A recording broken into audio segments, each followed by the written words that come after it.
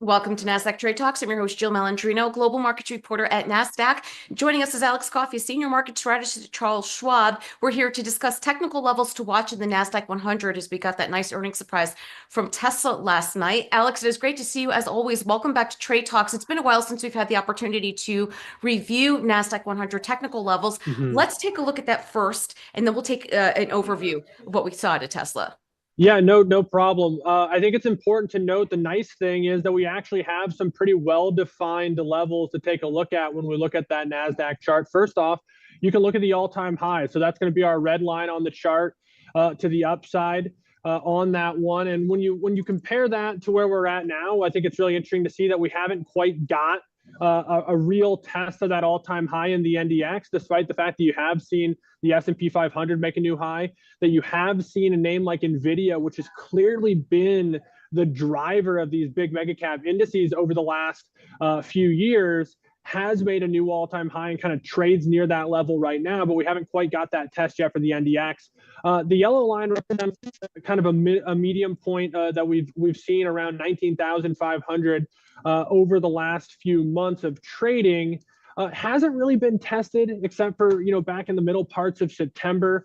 So we'll see if there is a leg lower here, perhaps into the end of October, perhaps into some of those big events at the beginning of November. That would be a level of interest for some going forward. And then always, as you know, I kind of like the visuals, and there's a lot of other price levels along the way, but that green line representing the low from that first week in September, a low from back in the beginning of June, and also the former basically all-time high levels that you had seen back in kind of that March timeframe. So that just below 18,500, around 18,400. Whenever you kind of paint with a broad brush like this, though, Jill, I think it's important to note this is just sort of an area. It isn't necessarily going to be exactly to the point. And in fact, I actually kind of like when it's sort of rounded and in an area. And it gives you kind of an idea of, okay, expect some action to kind of pick up maybe perhaps around those price levels.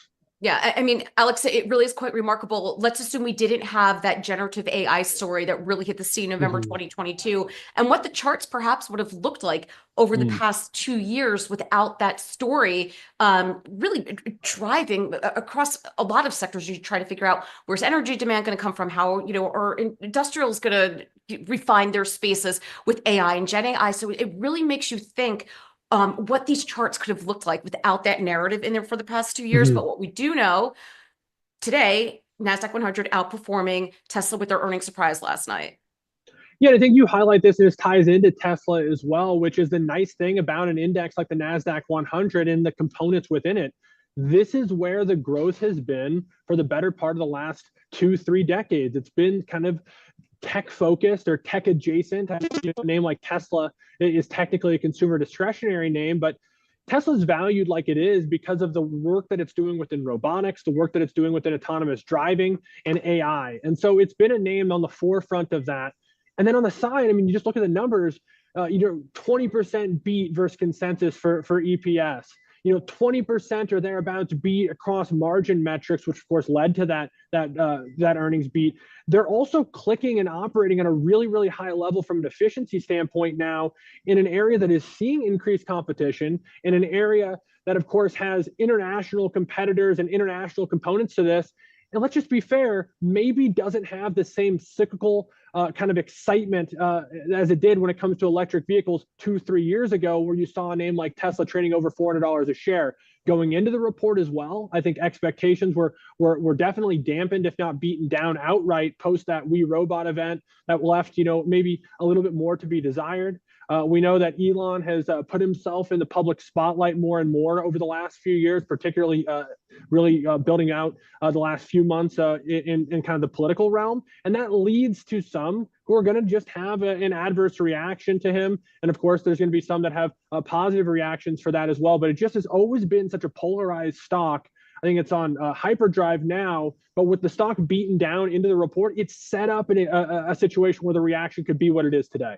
Yeah, Alex, it's so interesting that you say that. And I think particularly in today's day and age, I mean, any company or head of a company that's going to insert themselves into the social and political vernacular, that is a risk that you take. But this also reminds me of what we saw like in the late 2000s, early 2010s, when Apple would report. You'd have like this whole thing with Apple fanboys. That's what they used to call them. And then just people who refuse to use the operating system. And it reminds me so much of that. You're always going to have stocks and companies where the consumer perspective is also part of the narrative. And that's fascinating to me.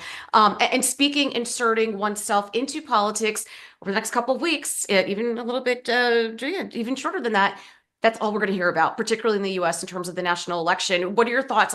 Is the market somewhat in a holding pattern here? I mean, it depends what channel you listen to in terms of who's winning, how the market's interpreting that. I really don't think we're going to have any visibility into that.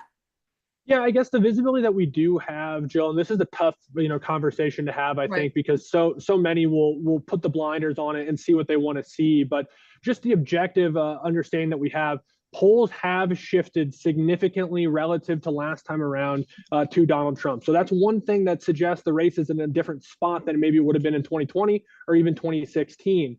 The early voting trends, and reading those tea leaves, is difficult, and I don't pretend to be an expert, but from what I've seen, do seem to be favorable to the Republican ticket thus far. It's early in that. Who knows ultimately what will shape up there? But again, a little bit more information. And then you look at prediction markets, certainly, in the last few weeks have solidified the former president as the favorite in the market. So to me now, the big things that could cause, of course, uncertainty would be, well, what happens if we don't see that happen? Because that would be a surprise, right? Of course, the market's pricing one thing. You see this in those Goldman, stock baskets as well. The Republican policy ones outperforming. You do see, of course, Treasury markets kind of reflecting increased yields. But if you just look also, Jill, at sort of where we're sitting now for if there's going to be a sweep of Congress as well, that could be something that brings additional volatility. And of course, I think the biggest one is if the race is close and it takes a long time, that uncertainty, that stewing could bring some uneasiness as well. Yeah, and those are all great points that you make. And to a point that you somewhat alluded to, it's really the composition of the legislature that's going to drive policy and going forward more so than necessarily who's in the seat. But great analysis, objective analysis. Appreciate the insight as always, Alex. Thanks for joining us on Trade Talks. I'm Jill Malandrino, Global Markets Reporter at Nasdaq.